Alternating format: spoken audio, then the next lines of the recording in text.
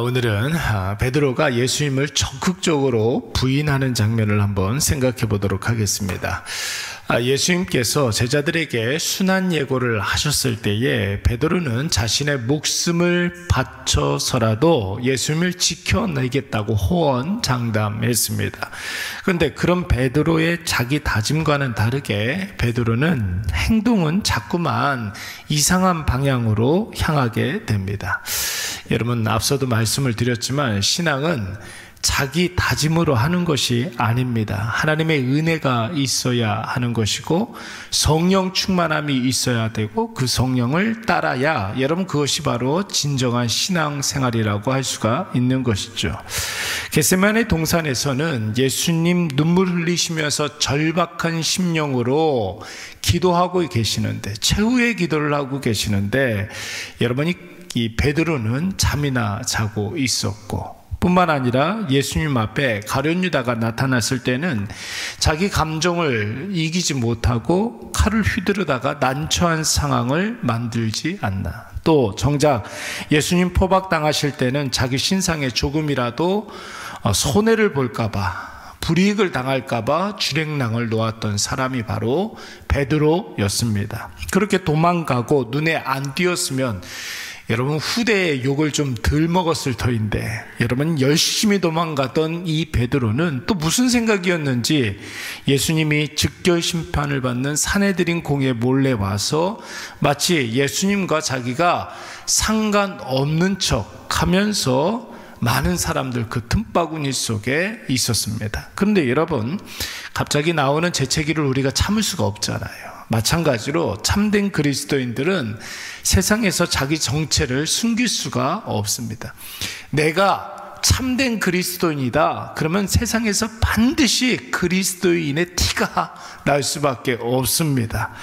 여러분, 누가 알아봤습니까? 이 베드로를? 대제사장의 여종 하나가 베드로를 알아보게 됩니다. 너도 나사렛 예수와 함께 있었도다 라고 그랬어요. 여러분, 베드로가 이 말을 듣고 얼마나 놀랬겠습니까? 조용히 숨죽여서 예수님과 상관없는 척 위장을 하고 있다가 얼마 가지 못해서 전혀 예상하지 못했던 사람에게 자신의 정체를 들켜버린 것입니다. 그러니까 여러분, 베드로가 굉장히 놀랬겠죠. 여러분, 그래서 베드로가 뭐라고 이야기했습니까? 68절 말씀에 보니까 베드로가 부인했다고 그랬어요. 그러면서 한다는 소리가 네가 하는 말이 무엇인지 나는 알지도 못하고 깨닫지도 못하겠노라, 이렇게 이야기했습니다. 너 도대체 무슨 소리를 하는 거야? 나 그런 사람이 아니야, 뭐 이런 뜻이겠죠. 여러분, 사람이 당황하면 혹은 거짓말을 하게 되면 말이 길어지잖아요. 자기를 부인하면서 그 여종에게 평상시에는 전혀 눈길조차 주지 않았던 그런 여종 노예에게 네가 무슨 말을 하는지 나는 알지도 못하고 나는 깨닫지도 못하겠노라, 이렇게 이야기하고 있습니다. 그의 입으로는 나는 아니야 이렇게 이야기하면서 온몸으로 여러분 자기가 지금 하고 있는 말이 거짓이라는 사실을 자기의 온몸으로 지금 보여주고 있는 것입니다. 베드로가 반사적으로 왜 이런 거짓말을 하고 있는 것일까요? 한마디로 말하면 조금이라도 자신이 위험해질까봐 지금 자기 방어적 태도를 보이고 있는 거예요. 자기도 모르게 자기 스스로를 지키려고 이렇게 말이 길어지고 있는 것입니다. 여러분, 이것은 엄밀히 말하면 타인이 속기를 바라는 마음으로 했던 거짓말이 아니라 스스로 자기 자신을 부인함으로 위험에 노출된 현실을 부정해서 무의식적으로 나는 괜찮다, 나는 안전해 뭐 하는 그런 심리적인 안전을 확보하려고 하는 그런 태도입니다. 다른 사람이 믿어주리라고 생각하는 게 아니에요. 스스로 나는 괜찮다라고 생각하면서 자기 위로를 하고 있는 것이죠. 우리도 갑작스러운 안 좋은 소식을 전해드리면 여러분 첫 번째 반응이 무엇입니까? 그 안 좋은 일에 대해서 부정하지 않습니까? 아닐 거야. 에이, 가짜 뉴스겠지. 어떻게 그게 가능해? 이러면서 현실을 부정하고 상황을 외면해 버리지 않습니까? 그런데 여러분, 그렇다고 해서, 그런 부정한다고 해서 있는 일이 없어지는 것은 아닙니다. 베드로가 아무리 스스로 부정하고 부인한다 할지라도 먼저는 여러분 누가 알고 있어요? 내가 잘 알고 있고, 나와 함께 하시는 누가? 예수님이 잘 알고 있고, 또 우리 주변에 있는 사람들이 알고 있다라는 것입니다. 부정할 수가 없는 것이죠. 아니, 내가 부정하면 부정할수록 그 뒤에 일어날 일들은 더 복잡하게 나타나는 것입니다. 사도행전에 나오는 아나니아와 삽비라 한번 생각을 해보십시오. 처음에는 여러분 좋은 마음을 가지고 자기에게 있는 재산을 다 팔아서 가난한 사람들에게 나눠주려고 했습니다. 그런데 결정적인 순간이 되었을 때 그들은 거짓말을 하게 됩니다. 일부는 숨기고 일부만 내어놓게 되죠. 여러분, 다시 말씀을 드리지만 신앙은 자기 다짐으로 하는 것이 아닙니다. 아나니아와 삽비라가 남들이 그렇게 하니까 바나바 선생님이 자기의 재산을 다 팔아서 가난한 사람들에게 나눠주고 명성이 자자해지니까 아나니아 삽비라도 우리도 한번 그렇게 한번 해보자 해서 일단 재산을 팔기는 팔았는데 결정적인 그 순간에 아까운 마음, 인색한 마음, 그리고 숨기고 싶은 마음이 들었던 것입니다.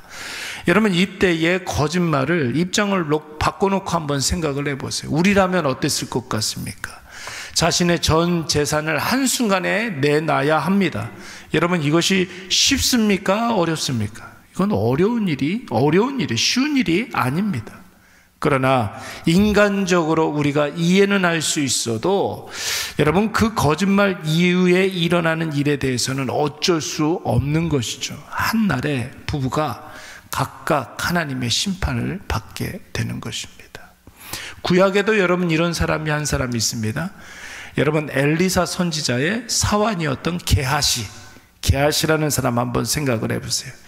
엘리사 선지자의 비서 정도 되는 사람이었습니다. 나병에 걸린 아람 나라의 이스라엘의 적군이었던 아람 나라의 군대 장관이었던 나아만이 어떤 병에 걸렸어요? 나병에 걸렸습니다.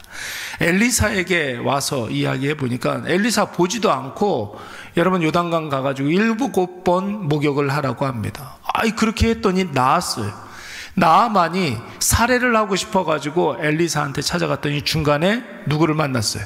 게하시를 만나게 된 거예요. 엘리사가 받아야 할 그 살해, 엘리사가 받지도 않았겠죠. 그런데 게하시가 그것을 가로채게 됩니다. 엘리사가 게하시에게 너 어디서 지금 오는 거니? 물어봤을 때 저 아무 데도 안 갔는데요? 이렇게 딱 잡았대다가 여러분 결국은 어떻게 됐습니까? 나아만의 문둥병이 나병이 이 게하시에게 걸리게 되는 것입니다.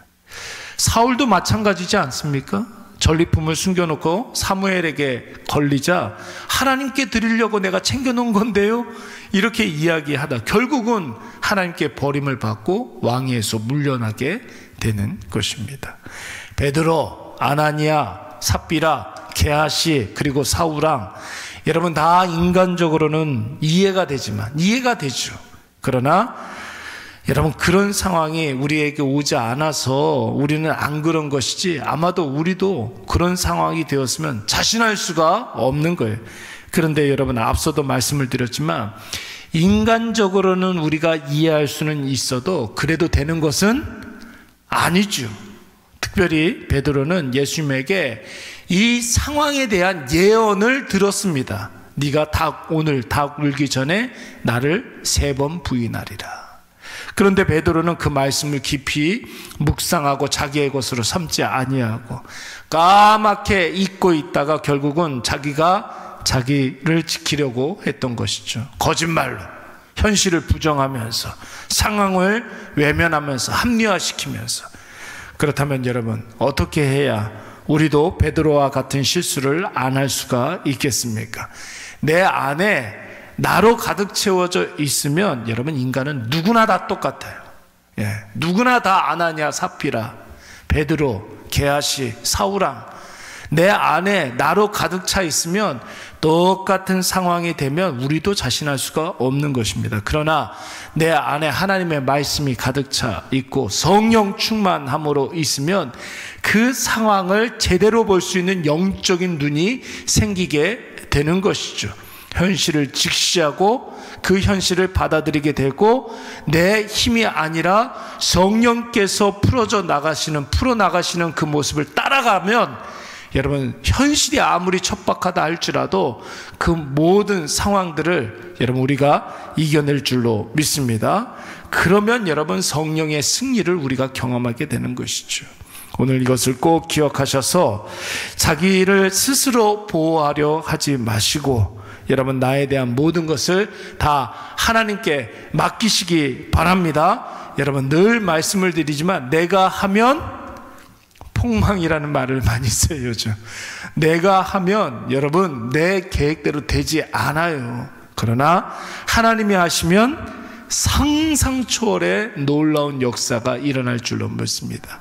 내가 예상하고 내가 계획하고 내가 기대하고 내가 바라던 일들보다 더 큰 일이 벌어지게 되는 거예요. 그래서 우리가 늘 이야기하지 않습니까? 내가 기도하면 하나님이 하시리라.